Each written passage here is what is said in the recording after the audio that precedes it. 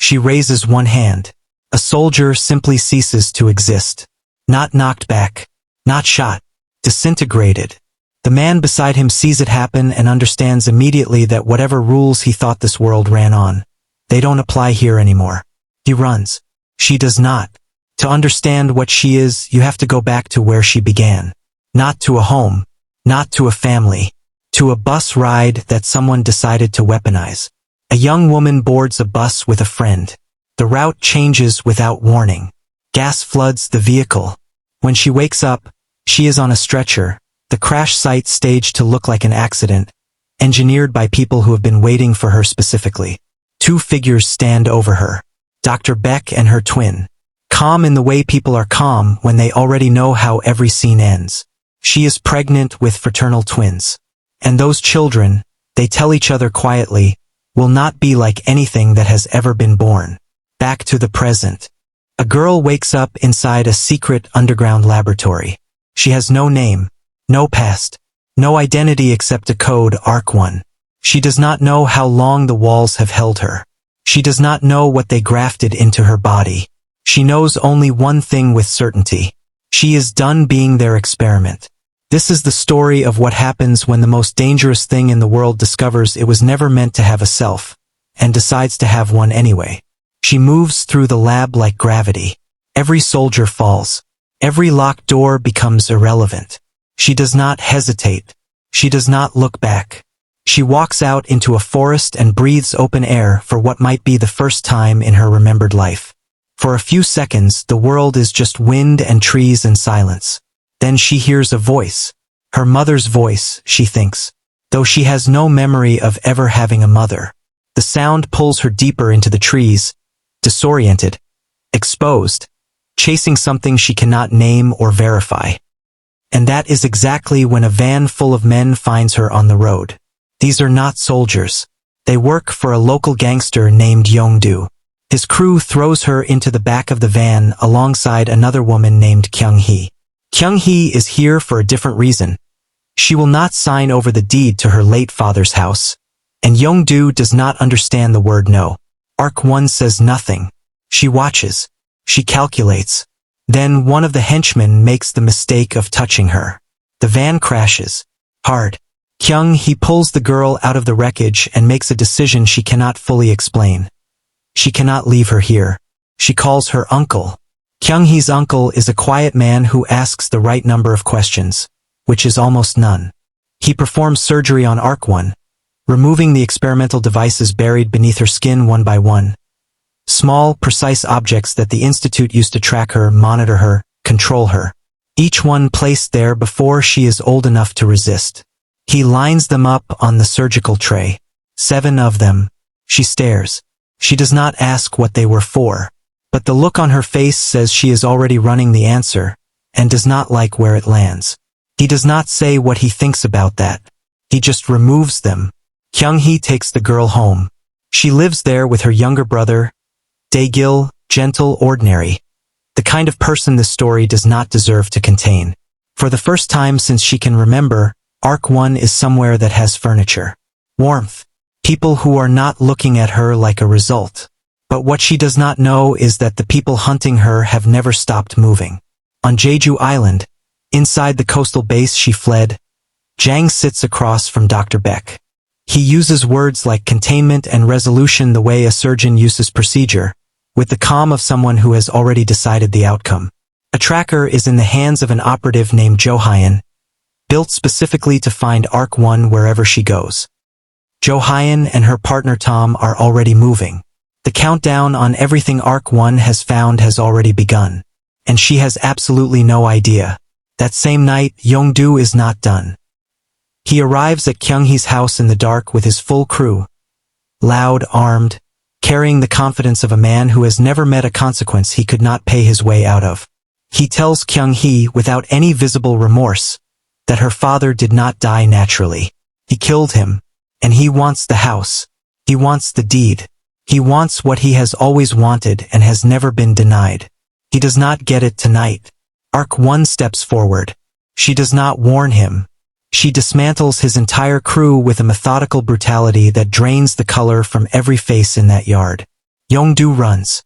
A man who has never run from anything in his life turns and runs. And just when things could not get worse, they do. The next morning, Jo-hyun intercepts Kyung-hee away from the house and shows her something on a small screen. Footage from the laboratory. Clear, cold, undeniable footage of Ark-1 moving through those corridors. Scientists and soldiers on every side, and not one of them alive afterward. Jo-hyun does not frame it as a monster story. She frames it as a threat. Help us find her, she says, before she hurts someone you love. Kyung-hee's hands are shaking. But that is when she makes the discovery that changes everything. Ark-1 was not simply an experiment. She was one of two fraternal twins, engineered from a woman abducted and held so her pregnancy could become a weapons program. The other one, the girl who already burns a facility to the ground years ago and disappears, has never stopped searching for her sister. Every faction in this story is not hunting Ark-1 for what she is alone. They are hunting both of them. Together, the two sisters represent something no government, no criminal organization, and no private institute will allow to exist without a leash. Eun-do, humiliated and furious, makes a deal with Jang's squad. A dose, a temporary surge of the same power that makes these girls what they are, in exchange for the girls' location. He takes it. He smiles. He does not understand that men who smile in deals like this rarely survive long enough to enjoy what they were promised. Jo-hyun gives Kyung-hee a signal. Fireworks. When they go off, take your brother and run. She tells Dae-gil. She waits. The fireworks never come. Eun-do comes instead. He arrives with his gang and Jang's full tactical squad. Coordinated, armed, operating with the quiet precision of people who have done this before and never lost. Ark-1 is on the rooftop. Dae-gil is frozen. And Kyung-hee, the woman who asks no questions and opens her door and looks at a girl with no name like she is a person worth something, walks outside. She buys them time, the only way left to her. A single shot. And she is gone. Kyung-hee is not engineered. She has no powers, no tactical training. Dae-gil finds his sister. He does not have time to understand what has happened before Eun-do's men find him too. The brother who has no part in any of this dies in the street beside the body of the only family he has left. The world that builds these girls does not concern itself with the people they are briefly allowed to belong to. Ark-1 is now alone in a way that is different from every kind of alone she has ever known. Because loneliness inside a laboratory is a controlled condition. But loneliness in a world where you are handed something warm, something that looks almost like belonging, is different. Having it destroyed in the same night is a wound of a different category entirely. One that does not appear on any medical scan. She does not cry. She does not have language for grief the way ordinary people do. But something shifts. Something that looks, from the outside, like the last thread connecting her to the idea of restraint. Finally, quietly breaking. She killed one of Jang's squad members with ease. She walks out of the bush with her body. The gang falls first. Then Jo-hyun's soldiers, one by one, against something their training never prepares them for. Tom is gone. Jo-hyun is gone. Jang's squad is reduced to almost nothing. Eun-do comes last. He still believes the dose makes him equal to her. He is wrong by a margin that is almost sad. She breaks his feet, methodically, deliberately, without any visible satisfaction. She does not kill him. She leaves him in the dirt, breathing and incapacitated, watching every plan he has ever made dissolve in real time. Then a car pulls up quietly at the edge of the scene. A young woman steps out. We recognize her the moment she steps into the light. Goo Ja-yoon, the first witch. The girl who burns a facility down years ago and disappears. The one every faction thinks is already gone. She finishes the last surviving soldier without a word. Then she turns to Ark-1 and says the 4 words that rewrite this entire story. We are sisters, she says. Ja-yoon tells her everything.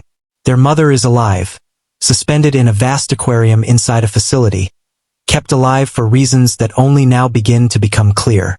Ja-yoon has been monitoring Ark-1 since the moment she escapes, not to capture her, but because Ark-1 carries a psychic bond to their mother that Ja-yoon does not possess. She needs her sister to find the woman who is taken from a bus so that 2 weapons can be born. Arc 1 does not respond. She looks back at the place where Kyung-hee falls. She looks at Dae-gil's body. She watches Yong-doo's breathing slow in the dirt and does not move. But what she does not know is that Jae-yoon is never asking for permission. A tranquilizer, quick and quiet. And when Arc 1 opens her eyes again, she is in a car moving through the dark, and a sister she never knows she has is driving. In a facility somewhere, Dr. Beck feels it, a shift, a danger. She recognizes me immediately as what happens when those two girls exist in the same space. In a chamber below, suspended in dark water with wires across her skin, a woman floats in silence. She opens her eyes. Jo-hyun and Tom are alive, and they are not alone. More witches are coming, and they are all pointed in the same direction. If you thought one witch was enough to burn everything down, wait until you see what two of them look like standing together.